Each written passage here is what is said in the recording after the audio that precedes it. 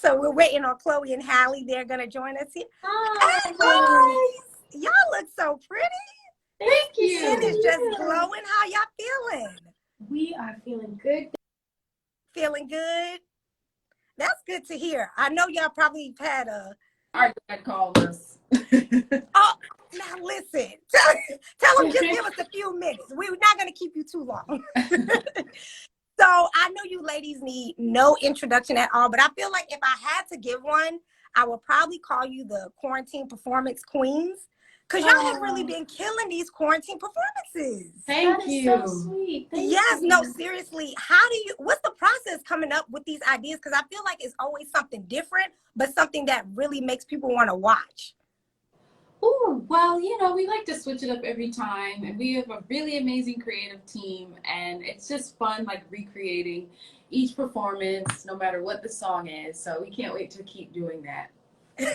And I feel like you do have to get you have to get really creative with the things you're doing and putting on the performances, especially because you can't go out and do too much. People are literally just seeing you where you're at. Yeah. Has it been hard or difficult for you to come up with creative ideas, and not just your performances, but really your music in general, being in quarantine? Do you think it stifled you at all or actually helped you? Well, it actually has helped us, I feel. It's really helped us open our brains and get more creative. I mean, there's so many things that you can do, and we feel like for this album, Ungodly Hour, we worked so hard on it, and we feel like it deserves to have good content be released around it. Even though we are in quarantine, we want to give these songs justice, and we want to perform them as amazing as possible to make people excited. And you know, to me, this is the best time to release exciting content because everybody is home and paying attention, and everybody is wanting something exciting and entertaining. So it's definitely helped us, and we're just doing our best. And that's what I was gonna ask, because of course we got to talk about the Ungodly Hour. The first thing I do want to mention about that, though, is I really salute and applaud you both, because I know you delayed the album to support the Black Lives Matter movement, and I think it was just really big for you to get behind such an important moment in history and do that. So I applaud you both for that. But my question was going to be, were you hesitant at all about putting out an album during quarantine? You know, we are firm believers in divine timing, and everything's supposed to happen when it happens. And we just trust. We know that we worked really hard on this project. And the moment that it's supposed to come out, we just welcomed it with open arms. Didn't have a second thought. You're just like, you know what? We're going for it. Yeah, you know. So you got to tell us about the album. I feel like this album, and I feel like you guys have said it too, this is kind of a more mature and raw journey that you're taking your fans through, compared to what people have probably boxed you in to be. Tell me, how was it creating this album? Were you nervous about, or just a little on edge about how people will receive it because it's maybe something out of the box from what they would expect from you? Absolutely. I mean, Chloe and I, at the beginning of this creative process for this album, we definitely were going into the process very open-minded, but also like, okay, what do we do next? Like, Kids Are Alright was a good one for us. It was Grammy nominated. It was a great one for, I was going to say Grammy nominated was a great one for you. Yeah, so we were like, we have to follow up with something good. And at the beginning, it was a little bit of pressure on us, and we realized after about 2 months of creating, we realized we weren't making the songs that we loved because we were just thinking so much about what other people are going to think and what other people want. Yeah. And so at those 2 months mark, we realized, we were like, you know what, let's throw all that out the window and go back to the way we used to do this. And why we used to do this is because from our love of music and not thinking about what anybody will think or what anybody in particular wants, and just do us. And so from there, creativity just kind of really flowed, and the making of this album became so easy, and discovering our love and relationships that we have and putting that into the music, and learning to be okay with our insecurities and all of the above and everything that comes with being a woman. We put it all into this album. So it just kind of really overflowed, and I'm really happy with how it turned out. Yeah, and sometimes you got to take that step back because I feel like, especially for us, it's so easy to get so caught up in what everybody may think and everything like that. And, you know, a lot of the times, especially for you as creatives, you have to just go for it. And at least, you know, when you put it out, it was something that you actually were proud of. So it wasn't like you looked back and was like, man, see, I knew we shouldn't have put that out. Yes. Yeah. So did I hear that we're getting some remixes from Ungodly Hour? Did I hear that somewhere? Ooh, where'd you hear that, girl? You know, birdies just chirp in my ear sometimes, and I just, you know, I tend to listen. So, Oh, well, you know, whatever happens, happens. Yeah, keep your ears open. We know, we don't know. we don't know. Okay. No. We'll keep it like that for now. What? How about videos? Are we getting more videos from Ungodly Hour? Absolutely. That's I the mean, plan. absolutely. So look forward to everything. How soon can we look forward to everything? Well, Ooh. we have a performance coming up next week. Yeah, the 31st, I believe. Yeah. The GLAD Awards. Or either the 30th or 31st. And Okay. we're really excited for that. We can't wait to keep putting out more visual pieces, and they'll be coming.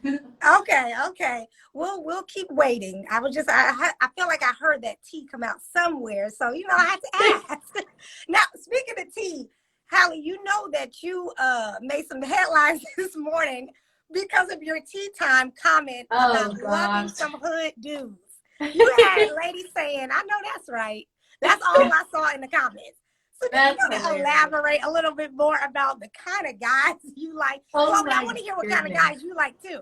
Okay. Oh my goodness. Well, tea time is so funny because we end up like spilling our truth and telling everybody how we feel, and it's just a beautiful way for us to connect with our fans. So yeah, that's like a fun thing to talk about, and talk about the kind of guys that you like. Yeah, so it's nice. Yeah.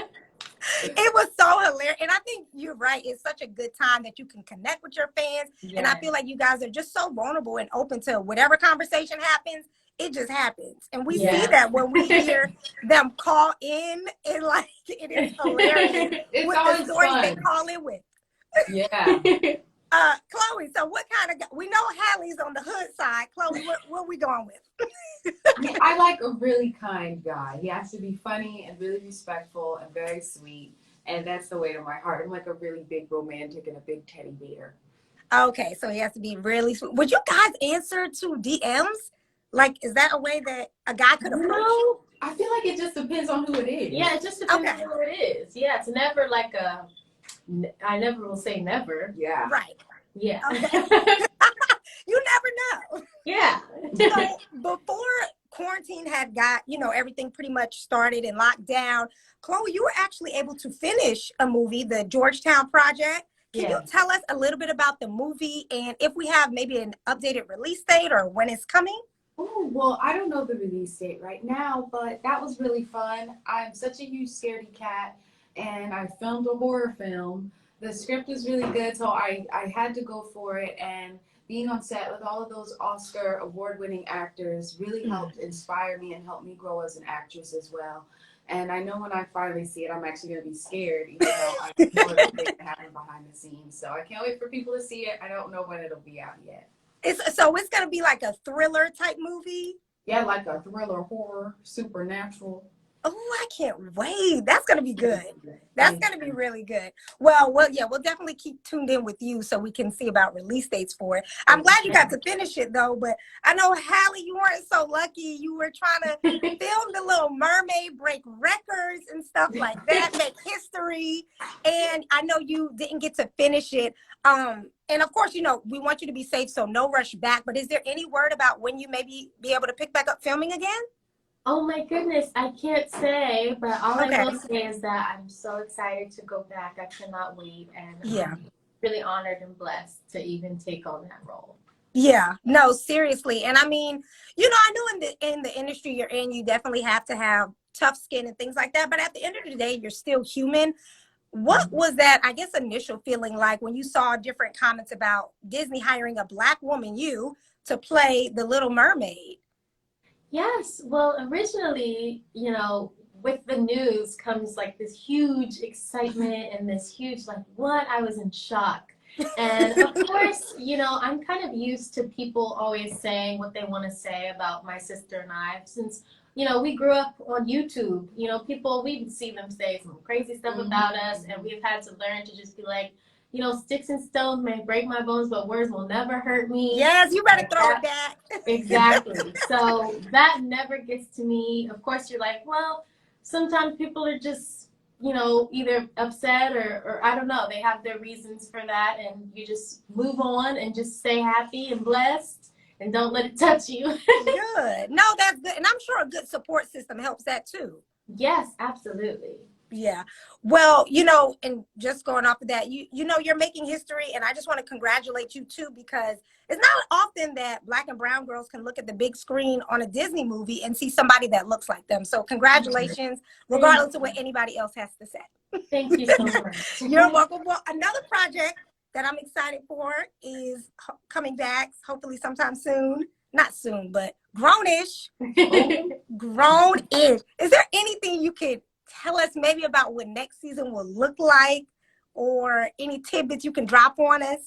So the gag is season 3 never finished yet, because it was really supposed to air this summer, but because of COVID, you know, Freeform wanted to save it for January just in case we can't go back to film as soon as we thought. So the rest will be airing in January. Yep, in January, and there's some Some steamy stuff, some TV. What? I like the second half of 3rd season. Yes. Really? Oh, yeah, and I'm sad because I have to wait to see the episodes Yeah, too. I'll wait till January. Oh, I hope. Are we having any entanglements in the second half? I don't know. Let's look into our crystal ball. Y'all are too good at not spilling tea. I just don't like it.